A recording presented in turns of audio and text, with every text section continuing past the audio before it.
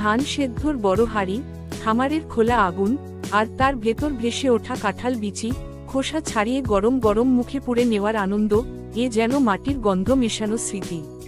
খামারে ভোরবেলা ধোয়া ওঠা চুল্লি, বড় হাঁড়িতে ধান সেদ্ধ হচ্ছে, সেই হাঁড়িতেই কাঁঠাল দানা ফেলা হলো।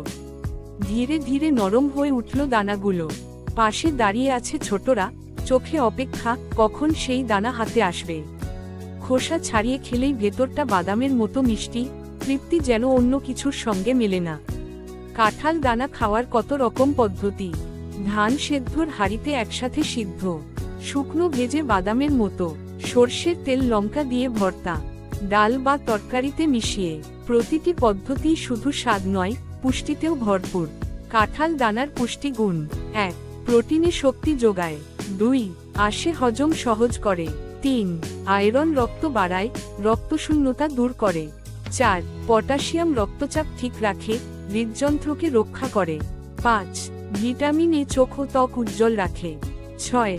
ক্যালসিয়াম ও ম্যাগনেসিয়াম হাড় ও দাঁত মজবুত করে। 7. আর ধীরে হজম হওয়া স্টার্চ ডায়াবেটিসে উপকার দেয়। কাঁঠাল দানা তাই শুধু একটি বীজ নয়, এ গ্রামবাংলার খাবার, ঐতিহ্য আর শরীরের শক্তির অমূল্য সম্পদ। কাঁঠাল খাওয়ার সময় দানা ফেলে না দিয়ে সেদ্ধ, ভেজে বা ভর্তা করে খেলে শরীর সুস্থ থাকবে, আর খাবারের স্বাদে ফিরে আসবে গ্রামবাংলার স্মৃতি।